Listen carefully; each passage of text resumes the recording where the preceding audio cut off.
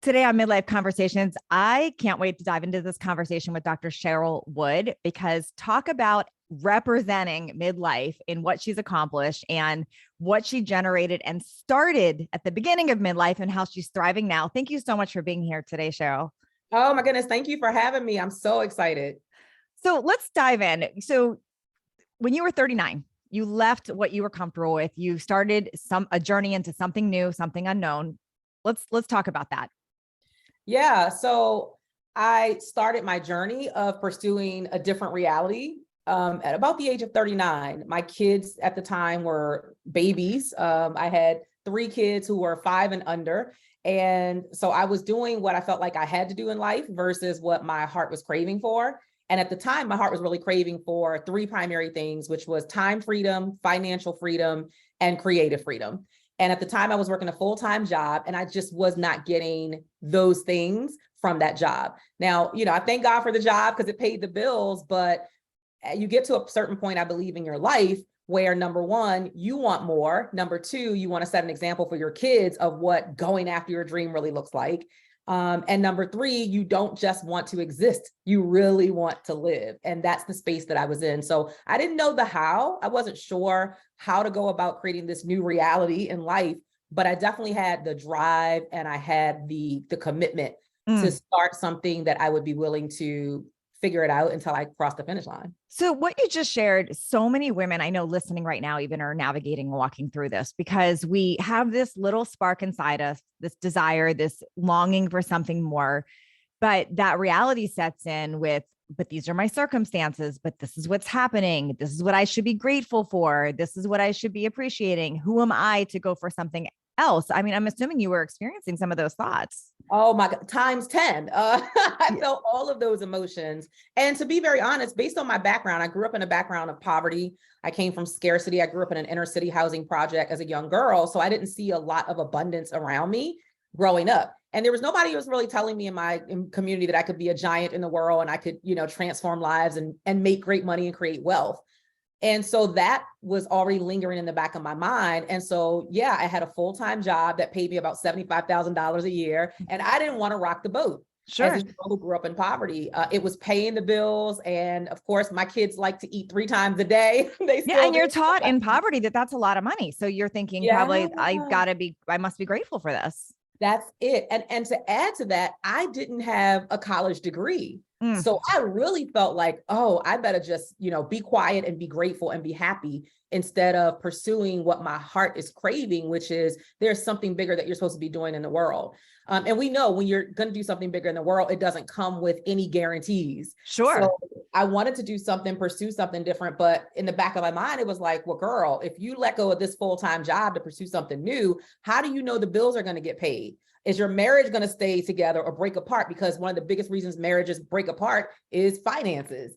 So is that going to be something that's going to interfere with this marriage and everything that you have going? And that was a real challenge for me to get out of my head to say, you know what, if you're going to get more, if you're going to be greater than you are now, you've got to be willing to give something up in order to get something new. So you got to release something in order to receive something. So growing up the way that you did and having that belief set, how did you even get that spark of there could be something else? Were you reading something? Did you come across somebody? Like, where did that come in?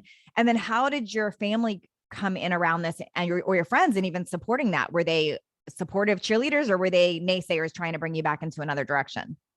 Yeah, man, such good questions. So the spark came from, yes, reading about stories of people who were just like me or similar to me and started from nothing, but built these amazing empires. So I'm like, the more I read about those stories, which is why representation is so important, being able to see people who look like you, who are doing bigger things than you, even though they came from a similar environment is so critical because it was the model for me to say, if they can, then why can't I? Maybe it's possible.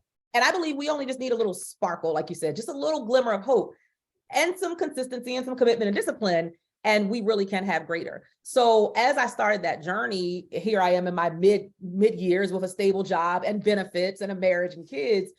My husband, he was a little bit apprehensive. He's like, wait. So you're trying to completely change the game and do something different and pursue with 3 kids under 5. Yeah. Exactly. Who are dependent upon your income coming into this household so that we can maintain our life, our living status, right? Yes. Which it wasn't some grandiose status, but to pay the bills. Yes. And that was hard because I had my own head trash about whether or not this thing I wanted to pursue could work. And then I had his head trash on top of that. And then I'm looking at these 3 kids thinking, oh my God, if I fail, if I mess up, what the heck is going to happen? And so it was a lot to take into consideration. Did I have a whole lot of friends around me who were cheering for me to say, go for it? No, to be very honest, I had to go find that community. And the way I found that community was by putting myself in spaces with other people who were crazy, just like me, crazy enough to take some risks. So they understood that it should be uncomfortable and unfamiliar, and that you've got to do some things that are very risky. So they spoke my language. So I would go to these business networking events, and I would hear other people saying that they took risks like I was talking about. I'm like, oh, wait, you left your job too? Oh, you did this thing, you took this chance, you put this much money for a possibility of something greater. Okay, now I'm around my people, the right people who are not going to talk me out of the idea, but who instead are going to help usher me into the idea. I love that you just shared that, because who we surround ourselves with is everything. And in fact, I met Cheryl in a group. We were in a couple different groups together, actually. And that's how we met, because we were both striving to up level and be around different people. And I always look at that because there's so many people operating from circumstance, and they just know their surroundings. They just know who's around them. What do you recommend for those people? Because I think some people, they hear this and they go, okay, but my whole network now, where do you recommend they even start to attract themselves to, these other mindsets, these other ways?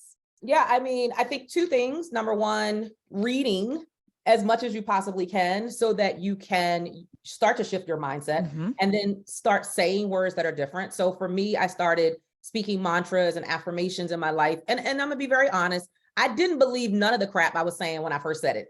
Felt like crap. It felt like crap. It was like, why am I doing this? Because I still had to get up and go to the job that I didn't love anymore. Even though, give me an example, Cheryl. Like, what is something you said that you were like, I would wake up in the morning and I would say, Cheryl, you are a magnet for success. You are a magnet for wealth. You are a magnet for all great things. There's somebody in the world who is waiting for you to show up so that you can help transform their lives. So good. And then I would burst out laughing like, oh my God, are you kidding, girl? Get up and get to this job so you can get this. Oh my gosh. So it was like I was trying to speak life into something that hadn't birthed yet. But there was a part of me that was like, this isn't real. Who speaks their way into success? But what I didn't know until probably 6 to 8 months later was that my subconscious mind was shifting because I was fueling it with new thoughts and new ideas that I had never done before. And even though on the surface, initially, I didn't believe it, there was something happening inside of me that I could not deny because I started fueling myself a different talk in a different language. And I love that. Is what led me to go out and seek the groups and the people that I really wanted to be around. Yeah, because, we have this surround sound, I call it, that plays this loop in our brain, and it can come from our childhood. It can come from teachers. It can come from our friends, but we play that over and over. And if we don't interrupt it with something extreme, we're going to keep playing that surround sound.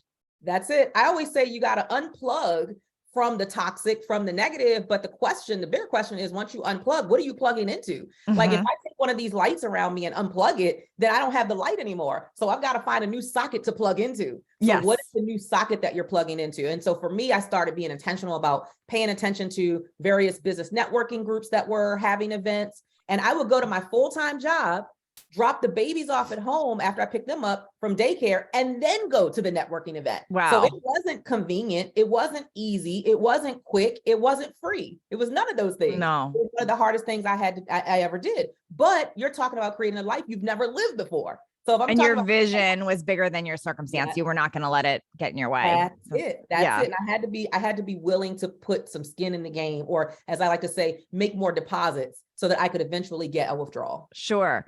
Okay. So what were some of what was this idea that you had? Like, what was that first business idea? Okay. I had no clue what the business idea was. All I knew was I wanted a different reality, and I felt like there was something there, but I didn't even know how to unearth it. So my belief is that when you get in motion, the universe, God will conspire on your behalf, but you've got to be in motion. So my in motion was, Cheryl, find something that you love, that you're passionate about right now, and just start a business around that. Like, you don't have to have all the answers. I didn't go to business school. I didn't have a degree. I didn't know where to start. Okay. But at the time, I was so passionate about motherhood because I had suffered with infertility my entire adult life and was told by doctor after doctor after doctor I would never have kids. God had a different plan. I had these 3 beautiful children. And I'm like, okay, so I'm so passionate about motherhood. So I created a t-shirt business around motherhood. Okay. Called Moms Are the Best. I still work my full-time job. And on the weekends and evenings, I would go to events, I would set up a vendor table, and I would have all these t-shirts that had slogans that celebrated motherhood and womanhood. And I was just trying to get my feet wet as an entrepreneur. I didn't know what I was doing. I didn't know why the heck I was selling t-shirts. I just knew in order to get something different, you got to do something different. So Cheryl, I want to get in your mindset of that time, because you were obviously doing a lot of the right things, but were you thinking of a longer vision, or were you just like, it was at one day at a time? I just want to and the reason I'm asking this is sometimes people will say, okay, I've got this little fire inside. I've got this passion. I want to do this, but they get so caught up in the how and the details that they never start it. So I'm wondering, like, was your brain going to, okay, it's 3 years from now, it's 5 years from now, this is what I'm chasing, this is what I'm after? Or were you like literally each day at a time? I'm genuinely curious, like how was your brain operating around that? Yeah, at that time, it was just kind of one day at a time. I didn't get the longer vision, game until years later. Then I was like, oh, I see myself somewhere different in 5 years. But at that time, it was just like, look, can I try to create something that replaces my full-time income so that I can be home full-time for my kids? Like, I wanted to be a very present, engaged, active mother. But I also wanted to be a happy mother. I didn't want to be the mom who was racing off to the job that I hated just to pay the bills, and then my kids get the worst parts of me. Sure. So for me, it was just one day at a time at that time. And so I would go out in these events, these trade shows and conferences and events, and try to sell t-shirts. And sometimes I did, sometimes I didn't, but I just wouldn't give up. There was something about this fire that was in me that I was like determined, I will not give up. And it was 18 months later that I got a phone call from someone unexpectedly, and they introduced themselves as someone who was representing Morgan State University, which is up in Baltimore, where I was from. And they said, we heard about your t-shirt business. We love what you're doing. And I was like, wait a minute. Now, here's the thing. How would they have heard about my t-shirt business unless I started the t-shirt business? Wow. I was actually going to the events and doing t-shirts. So even though I thought nothing was happening, behind the scenes, things were happening and people were paying attention. So they invited me to come to Morgan State, where they host this annual women's conference. And they said, we'd love for you to do a session to teach other women and moms in the community how to start their own businesses. And do you know what I did, Natalie? I burst out laughing. And I was like, clearly you have dialed the wrong number. Oh my gosh. I'm not a speaker. That was my immediate response. Wow. Like, are you sure you're looking for Cheryl Wood? I must have the spelling wrong. And they were like, no, you're the owner of Moms Are the Best. Yes. They're asking me these questions. I'm like, yes. No, we want you to come and teach this session. And I was flabbergasted. And then the thought occurred to me that I'd heard over and over and over, especially when I read books about successful entrepreneurs. Sometimes opportunity knocks once. And it's your job to say yes and walk through the door of opportunity, because it may never come again. And that could be the opening to your change or transformation of your life. So I said yes. And I was terrified. I was like, you know how you say yes, and then as soon as you hang up the phone, you're like, oh my God, what did I just do? What did I just do? Yeah. So I said yes. I went to the speaking engagement. It was September 18th. That was 2010. I'd already started my business, like I said, a year and a half earlier. And when I went to the event at Morgan State University, and I got up on stage, I was like, oh my God, my palms are sweating. I'm like, oh my God. Are they gonna get me? Like, is this gonna make sense? And then I just said, stop, Cheryl, just be authentically you. And if you're always authentically you, you never have to be anything more.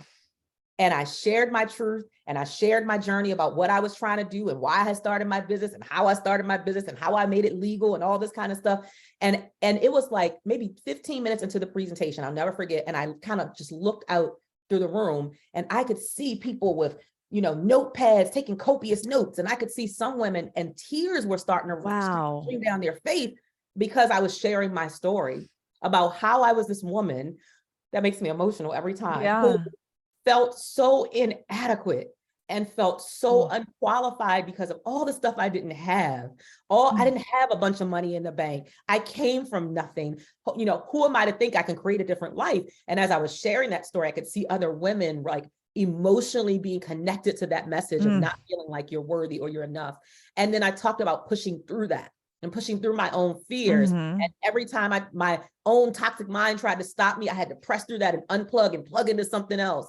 And it was at the end of that presentation, women came running up to me and they were hugging me and they were crying and they were saying, Wow. I know there's 500 women here, but you were talking to me and you were telling my story. And I knew on that day, I wanted to feel that way for the rest of my life by making women feel Wow. that way for the rest of my I life. just got chills from that. It's so powerful. And so much, so many nuggets in that one share, because I tell women a lot of times when they're scared to take action into their purpose, I'll ask them, I don't tell them, I ask them, I say, are you selfish? And they are always taken back by that. Yeah. And what you just shared really speaks into why I think I asked that question, because when we are in our own heads about not sharing, because we're scared of our being judged or our beliefs that we've been taught or all these things, look at all the other people we're not helping. Yeah. And the difference you're making now, because you worked through that, you walked through it, scared anyway, but you did it. You're touching so many women and helping them because you got out of your own head and you said, I'm not going to be selfish, and I'm just going to be real. And I think so many times we're making it about us. You know, what I can't do it. I'll be judged. People won't like me, whatever it is. But it's the true gift of helping others is in that selfless act of just going for it anyway, I believe. I totally agree. I always tell my clients, you are sitting on what somebody is waiting on. Yes. Like the fact that there's something that you know so well, or you do so much better than other people, or you have some level of expert knowledge about that they're praying for it. Yes. They're praying for that answer. And even though the answer might be out there, they will never hear it until you express it or you share it or you do it, because their voice, their transformation is connected to your voice. You know, it's almost like my husband can tell me something 1,000 times. But when my coach tells me, I'm like, oh my God, that's brilliant. That is absolutely brilliant. And my husband's like, okay, I tell you that every day and you don't believe me. Right. I couldn't hear it. I couldn't hear it from his voice. Yes. There was a specific voice assigned to me that only I could receive it from them. And Yes. So we don't want to hold people from their transformation because we're so focused on self and how I sound, and are they going to judge me, and are they going to think I'm enough, instead of focusing on, oh my God, I have something that can transform somebody's life. Yes. Yes. How did you navigate the naysayers during this? Because you had people, I'm sure, close to you, family, friends, that were going, what the heck are you doing? And trying to bring you back to their reality or of the circumstances. Yeah. Yeah. And you know what I did? I gave grace. I gave grace to people who are so-called naysayers, because a lot of times they're naysayers because they're scared. So even my own husband, it's like, first of all, think about it. You're talking about doing something that is completely outside of your own norm, something that has no guaranteed result, something that's scary, something, you're taking a big risk. And when you think about your own dream, aren't you scared? I am. Of course. Scare me. So if they scare me and it's my vision and my dream, of course they're going to scare the people that love me, and it's not even their vision. So I think sometimes we have to pull away from thinking that people are negative or naysayers because they don't want us to succeed, or they think we're crazy, and instead give them grace to say, I get it. I understand why you're scared, because this is a scary thing that I'm doing. But I promise you, we got this, right?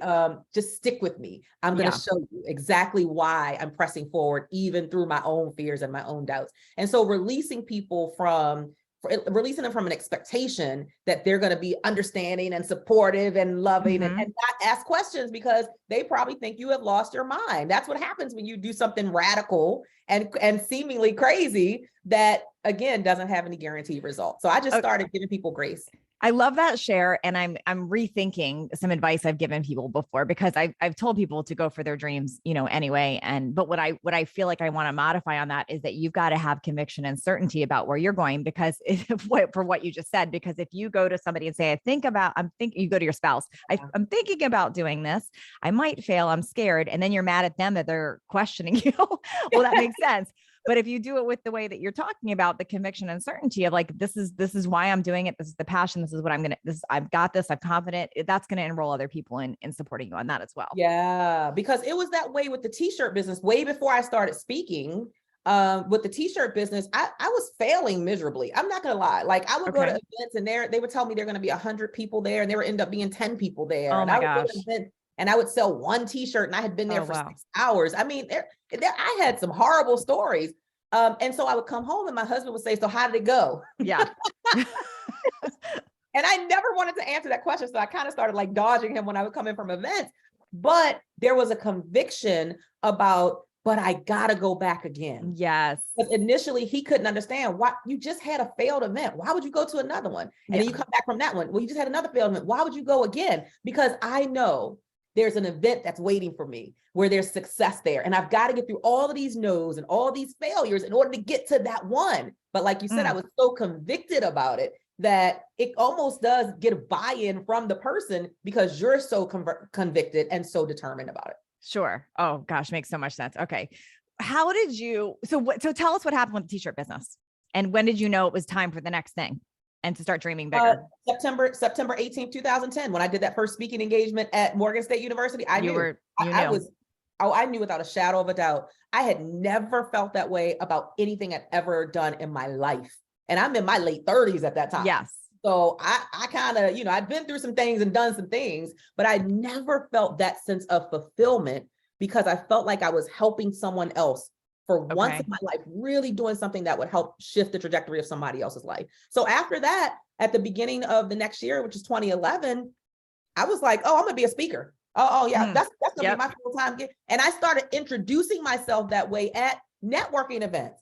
I was like, hi, I wasn't even Dr. Cheryl Wood yet. I'm Cheryl Wood, international keynote speaker. And it was funny because I was saying international keynote speaker and I had never left Baltimore. I'd never even left the country, but I was already foreseeing where this was going to go because you cannot have something that lights you on fire the way speaking lit me on fire that day and not believe that that's your gifting and your calling. Like I just knew without a shadow of a doubt. That was so that is what, when you hear act as if, that is it in a nutshell. That's acting as if is everything, because it's not making something up. It's working from your vision. It's going, this is my future vision. This is the future version of myself. This is what I know I'm stepping into, and then working backwards from there. And that's how you became what you saw, because you started speaking as if it was right now and present.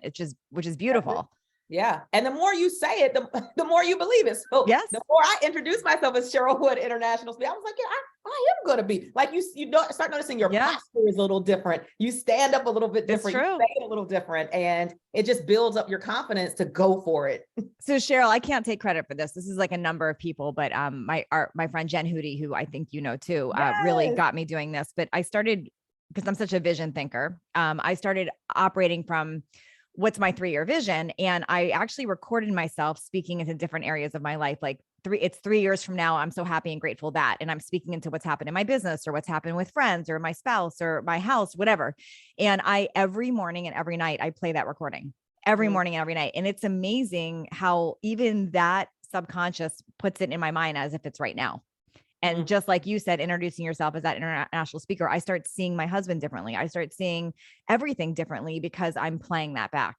Yeah, that's beautiful. I love that. Can't take credit for the idea, but it is super effective. That's super effective.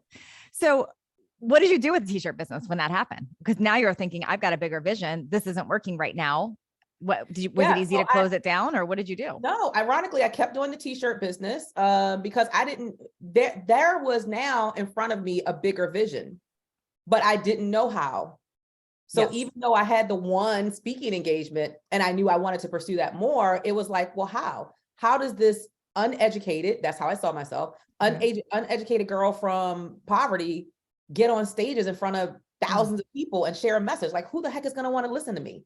What are they going to want to hear from me? Like when I tell you my head trash was my biggest challenge because of where I come from, I had to work on that for years. But in the meantime, I committed to 1 full year of speaking anywhere anyone would have me. I would speak for free. Really? For a full year. Wow. What I knew I needed, I didn't know how. I didn't have I didn't have any famous people in my Rolodex. I didn't none of that. But I knew that my energy would speak for me. Like all I need to do is get on the stage. If I can get on the stage, like my energy is going to be the thing that magnetizes more opportunities for me. So the more people I can hear me, the more doors are going to open. So I said, for 1 full year, I'm going to commit to experience and exposure. Did you reach out to people saying you were going to do that? Or did you just, if you decided if they came to you, you were going to offer that? No, I would go when I went to networking events. I would introduce myself as international keynote speaker. I would talk about, at the time, my whole topic was fearless, focused, and fulfilled. I ran that thing in a hole because that's all I knew how to speak about at the time. I couldn't speak about making money because I wasn't making any in my business. Like, there were so many things I couldn't speak about. So I was like, okay, Cheryl, fine. What is the thing that you're like, you really believe in? And it was being fearless enough to go for the stuff that scares you to death. Like being focused enough on it that you would never quit before you cross the finish line. And then getting to a space where you are so fulfilled in life that other people are automatically touched by that and transformed by that because it just oozes out of you. So I would speak on that everywhere. So I would go to networking events, introduce myself and tell them that was my keynote speech. And then I would look online and I would go to people that I knew in the business community and I would say, hey, you know, I'm speaking now and this is what I speak on if you ever need anybody. And I spoke for mentoring groups, moms groups, schools. Every year I spoke for my kids' career day, like anything I could, any stage I could get, I was saying yes to Okay, it. so this is important too, because this is another, I love this because you really went up against the ego on here. So I think sometimes when people say, okay, I'm jumping into this, I see my vision, and now they get in their head about what should I charge and all of this. And then they start having a whole story around that. So you really just bypassed all that and said, I'm not even going to engage that conversation. I'm not going to have a worthiness conversation. I'm not going to have a fight. I'm just going to do it for free, get the experience, get the exposure. And I love that you did that. I love that you did that. Yeah. And it enhanced me so much as a speaker, because you know what it did? Number one, it taught me how to speak in front of different audiences. Sometimes, you know, we niche down, which of course is important. Sure. But that means we don't know how do you speak in front of an audience of all men? How do I speak in front of an audience of people who are all A type? How do I speak in front of audiences of all women or young people? So because I gave myself that year of experience and exposure, I learned how to temper myself and temper my presentation based on the audience and the energy and who was in the room. And if it was all men versus all women, or if they were all PhDs, you know, and I didn't have a PhD degree. Like all those things started to I feel like drop into my lap because I was making myself accessible to those platforms. And then you built a resume doing it. You built a whole resume. Building my resume. And here's the thing about speaking. Nobody's coming and saying, oh, I see you spoke at the FBI. Did they pay you? Nobody asked that. Right? Yeah. It's just as a part of your portfolio or as a part of your speaker one sheet. For sure. So all of those things were happening. And then I was becoming more confident that I could. That yes, I can. Like, girl, you're more powerful than you know. And people would start to come, and that was starting to be reinforcement that I was good enough. So sometimes your affirmations are powerful, but when you have people that come and reinforce that because of what they just experienced that you do on a stage or whatever it is that you're doing, that's what you need. It's the extra little push into the next one, and then the push into the next one. And before you know it, you're standing up a little taller and you're actually starting to believe, oh my God, I really am going to do this. And you're almost pinching yourself. So I have so many questions now. I love everything about this, but I've got some detailed questions because I know I'm just thinking of what somebody might be thinking listening to this. So number one, how were you doing your full-time job still, or were you still doing it while you were doing the speaking for free? And like, how did you manage that? Like, did you have to travel? Were you only doing local? So that's question one. And then question number two is, how did you move over into a paid model? And how did you even figure out, like, how do I price this first? Did you just go for something? Did someone coach you? Those are my questions. Yes. Great questions. Okay. So number one, yes, I kept my full-time job. So I would only do speaking engagements on the weekends. That was it. Unless there was something like in the evening, because I used to go to a lot of networking events. Let's say you go to Chamber of Commerce or Rotary events. A lot of their events are done in the evening. Okay. So I would go to my full-time job, then pick up the kids, drop the kids off, freshen up, and then go to the event and speak. So I did a lot. Like when I say committed, I wasn't just interested in a change of life. I was committed to it. You fully were committed. Discipline. Yeah. Yes. I didn't care what it took. So anyway, so that's how I did it while I was still working a full-time job. So pretty much local stuff. Local stuff. I wasn't traveling. Nobody knew me enough to be inviting me to travel yet. Even though you were international. International. That's right. Yeah. So I was just doing a lot of local stuff, and word started to get around. That's the thing about if you're really if you're really intentional about being great at the skill that you say you have, like people will spread the word and they'll put your name in hats. So I started getting all these opportunities. And then what's the second question? Oh, second question is, how did you move over to a paid model? Did someone coach you? Did you just make up a rate? Like, how did you even know what to do? Nobody coached me because I couldn't afford a coach at the time. So okay. I didn't come from a world of personal development and professional development. So I'm like, hire a coach. What? Yeah. Like I heard of it, but I was like, I don't have no money for that. I'm living paycheck to paycheck. Right. But I read a lot. Okay.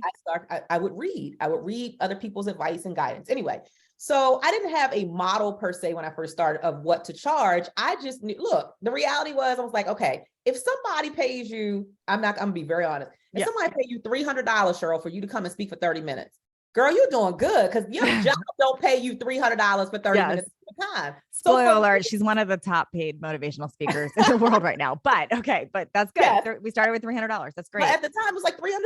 And when I got that first $300, I was like, oh my God, mama, I've made it. Yeah, you made it. $300 for 30 minutes of my time. Yeah. And that just continued. And I would get 500 and I would get, 700 and I would get, and it just slowly kind of increased. Were they offering this or were you asking this? No, they were offering this. Okay. People will offer this. So it was kind of very organic, but it's almost like when you're walking in a space of a certain price point. Yeah. You stay there until you require somebody else gives you the value. Yeah. So what I love about this too is, first of all, how grateful and how much gratitude you had for even the $300 or even the free, because I believe we get more if we appreciate what we have. We're not going to keep getting grander and grander amounts if we're not appreciating the smaller, right? So I like that you stayed in this idea of I'm just grateful and I'm happy to serve and I'm making this. And that's very interesting that you think you have to stay at a rate until someone else validates you with it. So that's, when did you know, like, okay, wait a minute, I'm really good here. This is good. This is a business. Like I got to really up my game. So I will never forget, I went to this event and a lot of the things that I started to get was like, speak to sell. So you can get on stage and you can speak. We don't have a budget, but you can sell whatever your thing is. And so I would start with like, my stuff would be like $47, $97. I kid you not. But every event I went to, people would come in there like, oh my God, you're the best speaker I ever heard. Wow. Like I can't make this up, right? Yeah. So I'm like, the more you hear that, I wasn't becoming egotistical. It was just interesting. I'm like, that's great. So I went from that feeling good to this one event. I sold my little, I think it was $47 or $67 package. Okay. And I think I had like 30 people to sign up. I was like, yes. You're rolling at it. So then I stay for the next speaker, and the speaker behind me also speaks the same amount of time, but his package is $997. Okay. And he closes just as many people as I did. Wow. $97. Light bulb moment. Wasn't that he was any better than me. His presentation skills weren't any better. And that was the wake up call for me. It's like, you are underselling yourself in such a big way. So it was no longer enough for people to applaud me that I was the best speaker they had ever heard. I need you to pay me. Yes. Because you're saying I'm the best speaker that you heard, or pay me for the transformation, right? And that didn't come until later after I did finally get coaching.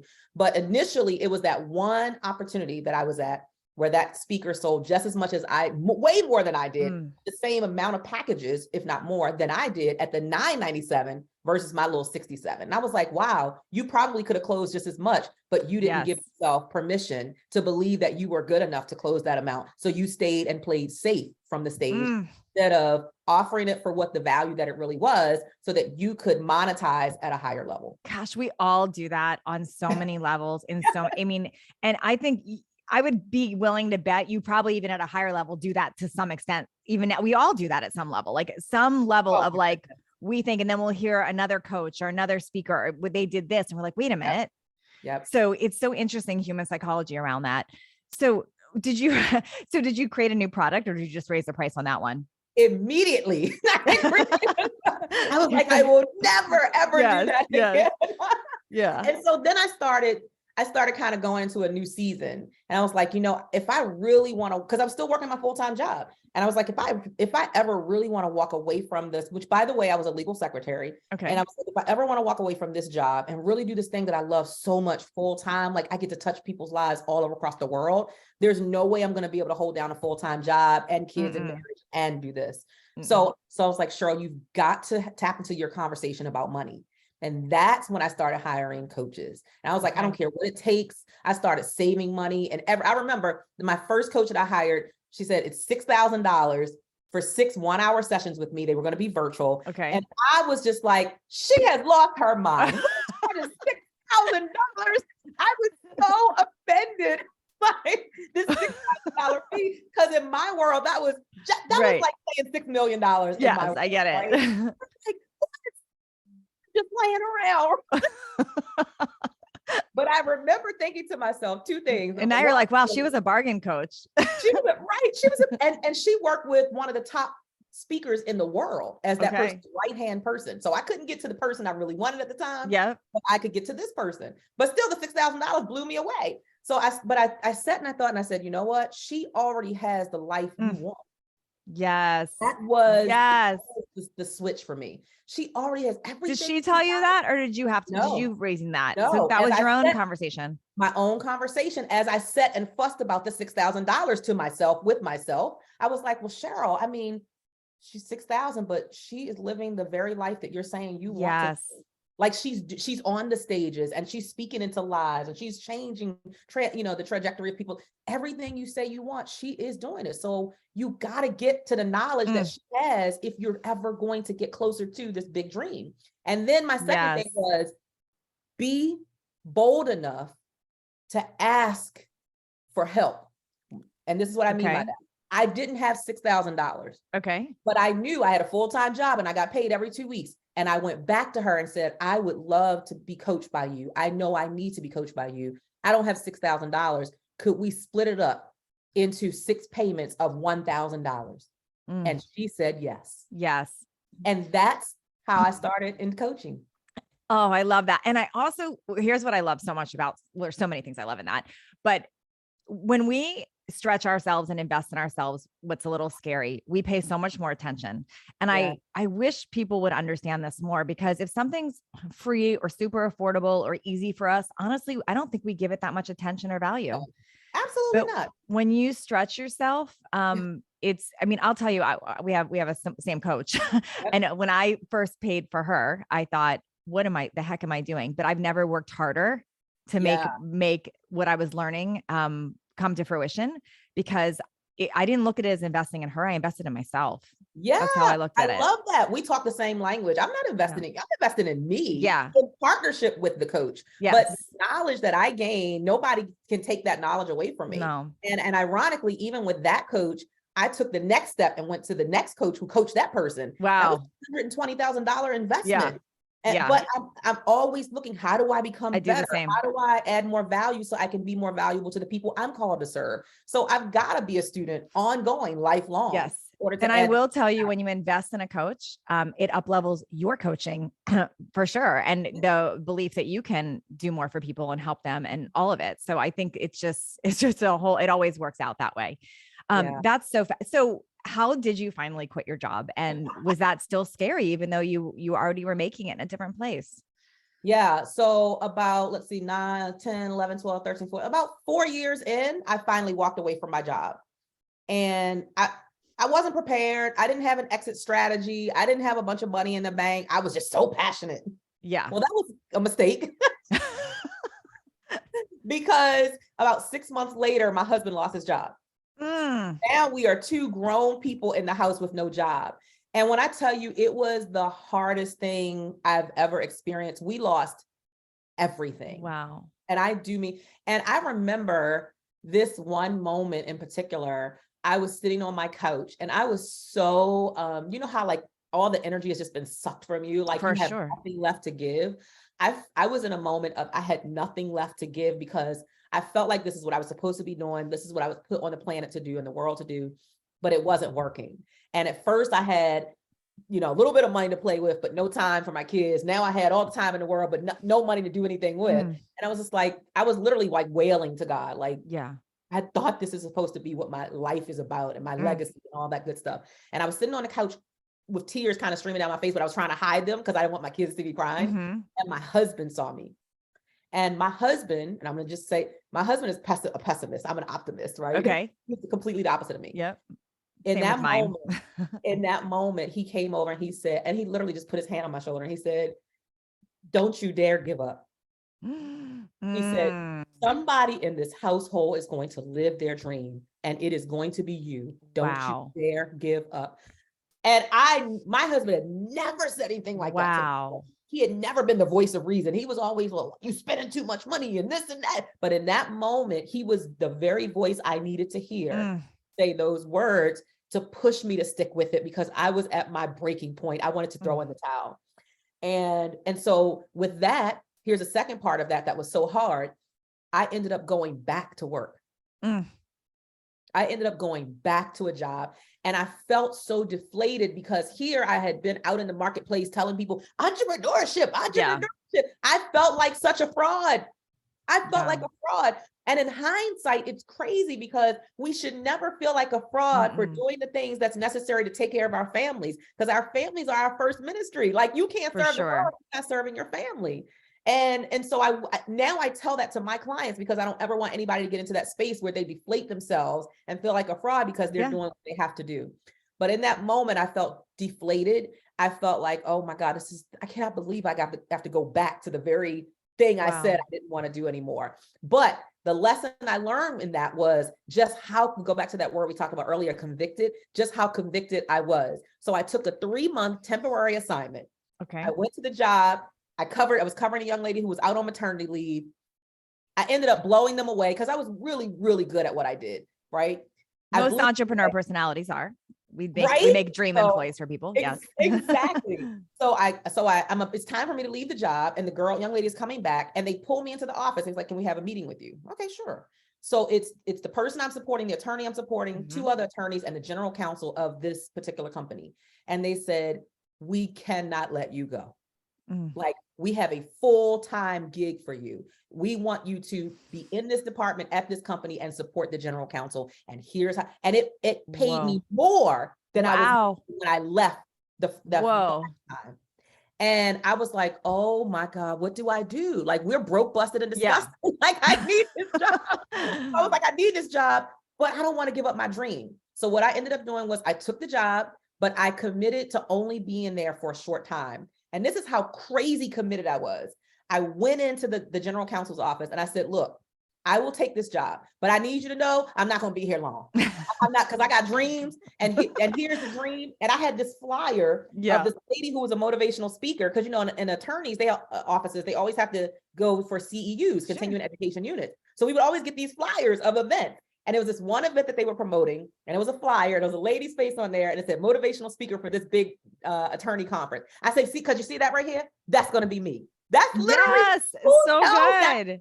I love that, though. That's about to hire you. Somebody who's truly convicted in where they know they're supposed to be. So I stayed on that job for exactly 1 year and 3 months, and then I walked away. Oh, I love this story. Away with more of a plan. This time I walked away with even more conviction than before. This time I walked away with the idea that you can't just speak for applause. You got to speak for money. You got to get paid for this thing if you're going to change your life. And that became kind of the catalyst of who I am today. So authentic. I love that story. And I love that. I mean, it was so authentic because you told them what you were headed to. Like, it was no lying. There was not, I'm going to stay here forever. That you told them what you were going after. This is so brilliant, everything that you're sharing. And it's really fascinating how, when we have setbacks, anyone successful I talk to can resonate with this. When you have a setback and you think everything is doomsday, and I've had many of them. I had, my gosh, in 2008, I lost everything. And I've had several times in my life where it was like this complete rock bottom. And when I hit those moments, I couldn't understand why. And the same wailing to God, and the same, like, what's wrong with me? And I'm so confused. Sometimes people get stuck in that and they never recover. You know, they let that be the reason to quit or to not go on. And others use that as an opportunity and propels them forward even stronger. Yeah. And talking to successful people that have had those setbacks, they're so grateful for those setbacks now. I can tell you, I'm grateful for every single one of mine. Even when I had an October that I thought was going to kill me forever, it like really set me up for something I couldn't even see for myself. So I think those setbacks are so important to embrace. And I'm assuming that you see that now. And I would just love your share on that a little bit. Absolutely. Like, you know, there's a saying by one of my mentors, Dr. Willie Jolly. He says, a setback is a setup for a comeback. So every time you get a setback, just wait, because oh, God is about to blow your mind. Mm-hmm. The comeback that you're about to have from that setback. And so every setback we have is it's just information learned. Like it's like, oh, okay, I learned something new. And my thing is how can you add value to other people's lives if you never experienced setback or trials or hardship as you're on your journey of becoming the greatest version of yourself? Like you can't even relate to people if you've never had a setback, because every human being is going to have a setback. It's never a perfect journey. So I love when I have those setbacks, because it deepens my heart to heart connection. Well, you might not love when they're actually happening, but not when they're happening. No, you love the other side. Let me say, I love the lessons later. That I get to look back in hindsight. For sure. Yeah. So no, you never I don't like love it when I'm going through it. No. But I do love the lessons that I learned from it that deepen my connection to the people that I'm called to serve. Yes. Yeah. And I want people to hear too, that I think that no matter how successful somebody looks on the outside, when they're having the setback, they have the same stories in their heads that you do. We go through the same, I'm a failure, I'm a loser, all this. And it's work to get out of it. I think the difference, I can speak for myself, maybe you agree or not, but I just shift faster now. So it's not that I don't have them or feel those mean thoughts to myself, but I shift out of it a lot quicker. Yeah. I always tell people, I give myself about 60 seconds. Oh, you're faster than me. I at least have a day. I at least have a day. You know what? Because I'm very clear that it can become a quick spiral downward if I stay in it too long. If I stay in the mess of it, if I stay in the toxicity of the disappointment, the discouragement, the failure, it can literally spiral down really quickly. And I'm like, I have too many people waiting on me and too many people to serve to be in a spiral downward. I don't have 2-3 days to be depressed. I like that. It's so good. Get up, too many people waiting on me. And if I don't move, they don't move. If I don't show them what it looks like to get up, they won't get back up. So I just don't have the time to stay down. I just don't have time. And look what you've taught your kids now, because you got teenagers now, right? I do. Yeah. 3 teens. I have 2 sons, 15 and 16, and my daughter's 18. Yeah. So a great role model you are for them. How do people, how does one work with an international speaker that's as in high demand as you? I know you do some coaching, you do speaking. How does one book you? How do they work with you? How do they get more of you? Yeah, follow me on social media at Cheryl Empowers. I'm always speaking somewhere in different cities all across the US and oftentimes abroad. I host my own masterminds, business masterminds, and I have a host of speaker training programs for people who really want to delve more into the impact of their voice and unleashing what that impact is. And for each of us, it's different. And it's not about wanting to be a platform speaker. It's not wanting to be, I want to travel 364 days out of the year. It's not that. It's, I want to be responsible for sharing what I know in such a compelling and captivating way that I am able to transform people's lives and help them to see their life different. So good. That's just taking responsibility for what you've experienced and what you've been given. And Dr. Cheryl Wood is the real deal. I can speak from being around her myself, that she's constantly up-leveling her own education. She's constantly working with coaches, up-leveling her skill set, getting to the next level so she can better serve you. So yes, please follow her. I've got FOMO looking at your mastermind all the time. It looks incredible. Follow her in all the places. Thank you so much for being here today. Thank you for such a vibrant conversation. I had a blast.